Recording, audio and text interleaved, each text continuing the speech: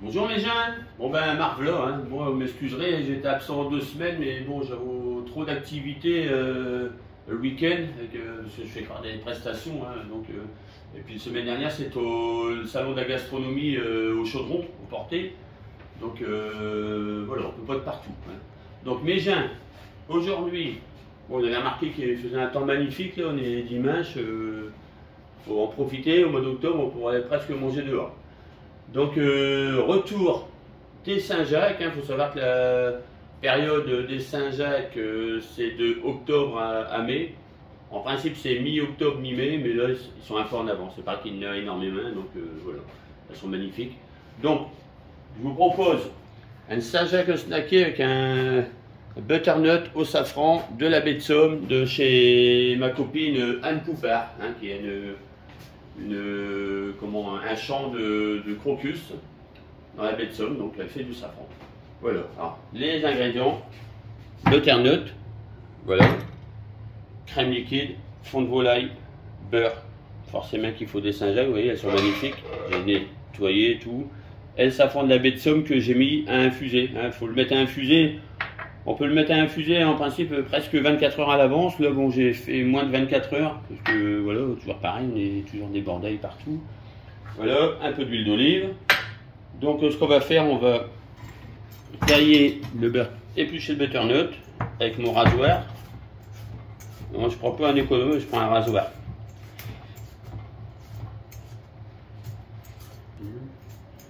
Donc voilà, mes gens, donc j'ai bien épluché. Alors, on n'est pas obligé d'éplucher un butternut, la peau est assez fine.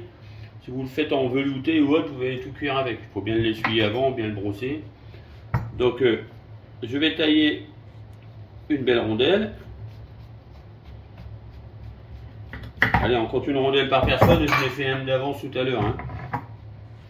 Et dans cette rondelle, on va faire des petits bâtonnets. Là, je finis d'éplucher un petit peu, là. Voilà, des petits bâtonnets. Voilà, on appelle ça une julienne, hein, c'est une grosse julienne, hein. Julienne de légumes, c'est des petits bâtonnets. Voilà, on va couper encore en deux. Je vais encore les couper un petit peu, c'est un peu gros là. Voilà, qu'on va couper encore en deux.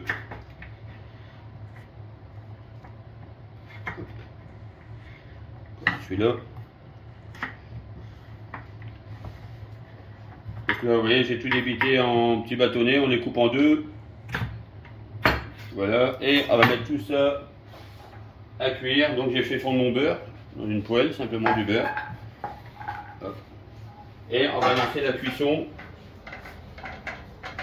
avec un peu d'assaisonnement, un peu de sel, pas trop. Et un peu de poivre. Voilà. Et on laisse partir la cuisson avec du beurre.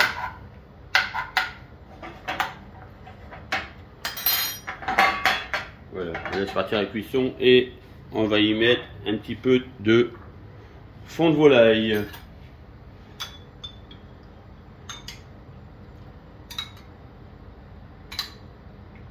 Voilà. Et on lance la cuisson. Alors je vais recouvrir pour accélérer la cuisson. Tout simplement. Voilà, et on attend que ça cuise. Donc on va passer à la cuisson des magnifiques noix de Saint-Jacques que j'ai accaté ce matin à la poissonnerie porteloise, hein, chez Didier Molmy, hein, un mec super sympa, qui aime bien ce qu'il fait. Et il s'est lancé maintenant dans le côté traiteur. Il fait plein de plats emportés, dont sa fameuse paella. Donc vous pouvez y aller en toute confiance. C'est excellent. J'ai eu l'occasion de la goûter, c'est magnifique. Donc je vais snacker pendant que mes légumes, que le butternut cuit, je vais commencer à cuire mes Saint-Jacques. Donc moi j'ai une petite plancha, mais vous pouvez faire ça à la poêle direct, hein. Mettez un tout petit peu d'huile d'olive, très très peu. Voilà, et on les met, voilà, en cuisson. Voilà, là j'en ai mis 5 par personne, parce que ça va être notre plat principal. Si vous faites ça en entrée, avec 3, il y en a assez, hein. Voilà, il y en a une qui est un peu abîmée, c'est rien. Voilà, et on va donner un petit coup d'assaisonnement. peu de sel, léger, un peu de poivre. Voilà, et on va laisser cuire. Voilà. Bon, mes gins, donc, je les ai marqués d'un côté, un snacké, donc on va les retourner. Vous voyez, elles sont bien marquées. Le Saint-Jacques, ça se cuit très peu. C'est vraiment pratiquement un aller-retour, un peu comme un steak que vous voulez cuire bleu, quoi. C'est marqué aller-retour. Après, si vous n'aimez pas, si vous voulez que ça soit plus cuit, vous avez le droit. Hein. Vous les cuisez plus longtemps, mais bon, c'est dommage. Bah, vous voyez, là, elles sont en train de cuire tout doucement. Alors, ce que je vais faire, je vais couper le feu. Et avec la chaleur de la plaque, elles vont finir de cuire tout doucement. Voilà. Pendant ce temps-là, mes légumes, ils continuent de cuire. Voilà. Alors, il faut les cuire un peu croquants. On va goûter ça.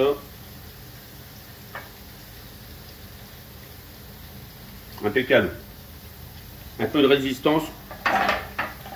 C'est très bien comme ça. Donc voilà, on va essayer de finir la cuisson des Saint-Jacques. Bon, donc les Saint-Jacques là, pour moi, elles sont bien. Elles sont marquées des deux côtés. Je vais les retirer pour pas qu'elles cuisent de trop. Et puis je vais finir ma sauce pendant ce temps-là. Voilà, voilà. Le Saint-Jacques, c'est un plat qui plaît toujours. Hein. Je connais pas beaucoup de monde qui aime pas les Saint-Jacques. Donc ça, j'ai coupé le feu, donc c'est bon. On laisse comme ça. Et là, on va attaquer la sauce. Donc j'avais mis du fond de volaille. Hein.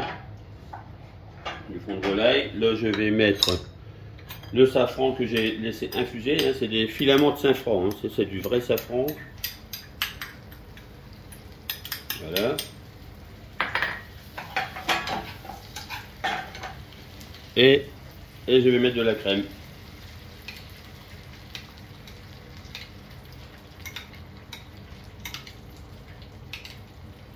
Tout simplement, voilà. Il n'y a rien de compliqué, hein, encore une fois. Et là, on va laisser réduire. C'est pour ça que c'est important de laisser cuire les légumes pas trop cuits. Parce que vous voyez, là, ils vont continuer de cuire un peu dans la crème, avec la réduction, hein, qui reste croquant sous la dent. Al dente, comme les pâtes. Donc là, on laisse réduire. Voilà, le méjain, donc vous voyez, la sauce, elle est réduite. Hein. D'habitude, vous voyez, ça fait des gros ballons. Donc c'est un signe de réduction. Plus les ballons sont gros, plus c'est réduit. Voilà, je vais goûter. On va rajouter du sel. On sent bien le goût du safran, là, de ma copine Anne. Un petit peu de poivre, léger, pas trop, parce qu'il y a le safran dedans. Le safran, c'est une épice. Hein. Non, on a des richesses hein, dans la région. Hein. Encore une fois qu'il y ait du safran par ici. Hein, mais... Et allez la visiter, parce elle fait du safran, mais elle fait aussi plein de produits dérivés du safran. Elle fait des confitures, elle fait des crèmes brûlées, elle fait un rhum. J'ai goûté un rhum au safran, un rhum arrangé au safran, c'est super bon. Elle fait aussi une méthode champenoise au safran. Méthode champenoise qui vient du Jura. Elle s'est mise en cheville avec un producteur et donc voilà, il met le safran de Anne Poupard dans son bain. Donc là on va dresser, donc j'ai remis les Saint-Jacques sur ma plancha qui est éteinte mais il y a encore de la chaleur pour les garder un petit peu au chaud. Je la retourne un petit peu, qu'elle soit chaude des deux côtés. Voilà. Et là on va passer au dressage qui est pas bien compliqué comme on dit. Donc j'ai préparé mes deux assiettes.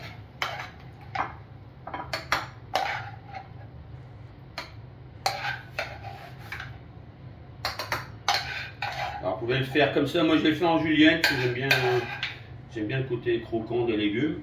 Mais vous pouvez le faire en velouté aussi. Hein. Vous faites la même chose et vous mixez le tout. Vous mixez le tout avec le safran et tout. Et ça peut le faire aussi. Une entrée sympathique, un plat que vous pouvez préparer d'avance quand vous recevez. C'est pas un problème. Un peu plus de sauce ici, voilà. On va essuyer les assiettes.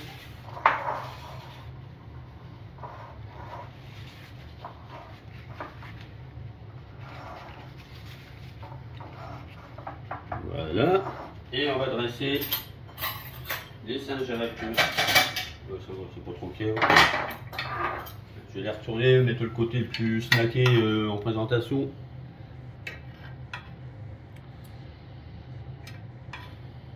Il faut profiter des produits, hein. C'est la saison. Enfin, les Saint-Jacques, on en trouve toute l'année, c'est parce que forcément, avec les Anglais, ils ont le droit de les pêcher toute l'année. Et nous, on n'a pas le droit. Mais bon, c'est sympa de garder quand même la saison. Pour moi, à force d'en manger tout le temps, on peut s'en lasser. Que là, on est dans l'attente. C'est sympa, c'est comme les fraises, c'est comme enfin, tout ce qui est légumes de saison. Voilà mes jeunes. Ah oui, un petit trait d'huile d'olive, voilà. J'aime bien mettre de l'huile d'olive partout comme ça. Hop, il y a un peu de brillance et puis un petit peu de goût aussi. Voilà mes jeunes, les Saint-Jacques snackés butternut au safran de la baie de Somme de chez Anne Poupard. Alors mes jeunes, avec ça, j'avais pensé mettre en accord mes vins un muscadet, mais pas n'importe quel muscadet, parce que dans la tête de beaucoup, muscadet, c'est un vin vif, un peu simple. Il faut savoir qu'il existe des crus du muscadet. Donc là, on est sur le cru Château Thébault, hein, de la maison Drouard, une belle maison en Sèvres-et-Maine. Donc millésimé 2014. Donc on va goûter. Vous voyez déjà la robe par rapport à un muscadet normal, traditionnel. Là, on a une robe un peu plus soutenue, un peu plus jaune paille.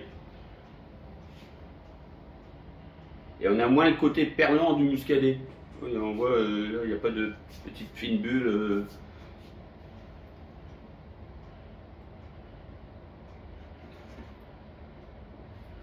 Donc au nez, on est sur les fruits blancs, fleurs blanches aussi. C'est assez marqué.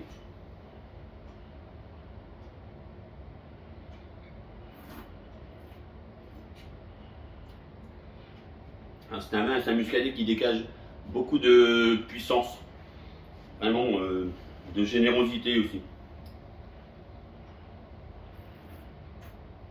Et sur les agrumes, une note d'agrumes, c'est magnifique, très beau vin. Alors on est sur la puissance, la générosité, mais tout en gardant malgré tout la fraîcheur du muscadet en fin de bouche. Donc c'est un vin qui va très bien avec tout ce qui est fruits de mer, poissons, pourquoi pas plat en sauce à la crème. C'est pour ça que j'ai choisi ce vin-là avec mes Saint-Jacques au safran, ça va le faire. Un vin, avec le safran, il faut mettre un vin qui a un peu de caractère. C'est pour ça que j'ai pris un cru du muscadet. Il faut savoir que le muscadet, il y a 10 crus.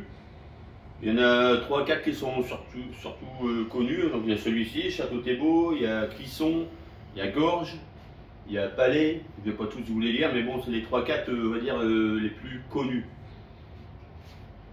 Et c'est vrai que muscadet, on a toujours cette idée du muscadet d'un vin qui est moyen, qui est simple. Et franchement, c'est top. Essayez un jour un cru du muscadet. Vous allez voir mon copain Philippe, qui est 42, lui, il va vous proposer toutes ces choses-là. Il sort toujours des vins qui sortent un peu de l'ordinaire. Voilà mes gens. Alors, n'oubliez, vous avez remarqué, j'ai un bien tablier. Bonjour mes gens. Donc, que je vais certainement mettre en vente bientôt. Donc si ça vous intéresse, dites-le-moi, je fais un premier sondage, je vais voir si ça intéresse du monde. J'ai pas encore une idée du prix, mais bon, ça va être allez, fourchette large entre 25 et 30 euros, certainement. Hein, mais voilà, je fais un petit sondage, savoir si ça vous intéressera. Là, c'est un premier tablier. Voilà mes gens. Et n'oubliez pas le muscadet avec modération. Le fameux lardier encore un coup. Donc voilà mes gens, bon dimanche et puis à bientôt.